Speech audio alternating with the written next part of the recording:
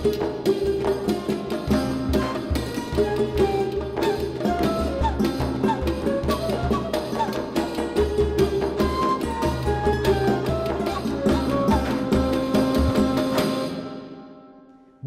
tentang puasa Ramadan, saya teringat bagaimana syariat puasa ini diberlakukan kepada Rasulullah sekaligus diberlakukan kepada umatnya Rasulullah SAW. Nah, kaitannya sama pandemik, karena kita alami sekarang, ini tahun kedua kita bertemu dengan puasa Ramadan di saat pandemik COVID-19. Nah, kalau kita berbicara puasa pada zaman dahulu, disyariatkan puasa pada zaman dahulu mirip dengan kondisi kita saat ini, di mana umat Islam pada waktu itu diuji dan dicoba. Hanya perbedaannya saja pada zamannya Rasulullah ketika umat Islam diwajibkan, disyariatkan untuk berpuasa 8 hari setelah mereka menikmati ibadah puasa, tiba-tiba Rasulullah menginstruksikan umat Islam untuk melakukan perang. Sebagaimana kita ketahui, perang tersebut adalah Perang Badar.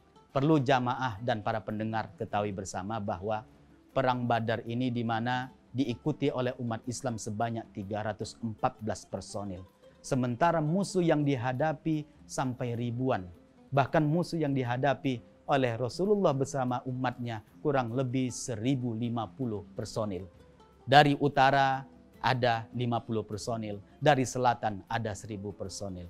Tapi apa yang dilakukan dan dirasakan oleh umatnya Rasulullah, mereka tidak gentar sedikit pun sekalipun mereka dalam keadaan berpuasa.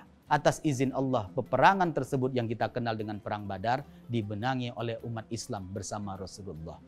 Kita bisa mengambil pelajaran, kemudian kita korelasikan dengan situasi pandemik saat ini. Walaupun kondisi kita saat ini sedang diuji dengan pandemi COVID-19, maka tidak mengurangi rasa semangat kita dalam menyambut dan melaksanakan ibadah bulan Ramadan. Sebenarnya ibadah bulan Ramadan ini suguhan dari Allah sebenarnya sama dengan hari dan bulan Ramadan yang tahun lalu. Tinggal kita saja bagaimana mensikapinya. Oleh karena itu, para pendengar dimanapun Anda berada, kalaulah kita ditakdirkan bertemu dengan bulan Ramadan, saya memberikan advice, memberikan nasihat kepada kita semua, gunakan waktu ini dengan sebaik-baiknya untuk beribadah. Siapa tahu tahun depan kita tidak bertemu dengan bulan Ramadan. Di antara ibadah yang harus kita jaga dan kita tingkatkan selama bulan Ramadan, selain ibadah puasa itu sendiri, yang kedua adalah kita perbanyak melakukan sholat sunnah. Di mana Rasulullah SAW mengatakan ibadah bulan Ramadan tidak hanya sekedar ibadah puasa, tapi ada juga ibadah sholat sunnah yang lain. Salah satunya adalah sholat sunnah tarawih. Selanjutnya adalah jamaah yang dimuliakan Allah Subhanahu wa taala. Selain tarawih ada ibadah yang lain yang perlu kita tingkatkan juga, yaitu membaca Al-Qur'an. Rasulullah SAW mengatakan bahwasanya Al-Qur'an merupakan kitab suci umat Islam. Dan sebagaimana kita ketahui bersama, Al-Qur'an diturunkan pada bulan Ramadan.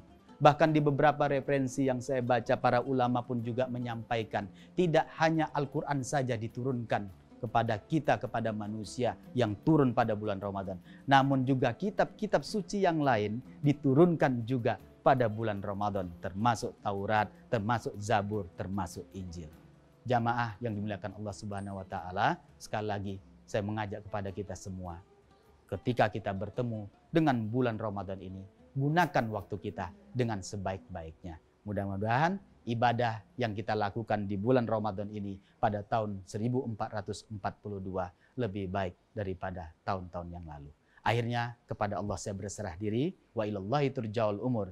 Selamat menjalani ibadah puasa bulan Ramadan tahun 1442 Hijriah, tahun 2021 Masehi. Kepada Allah saya berserah diri. Wassalamualaikum warahmatullahi wabarakatuh.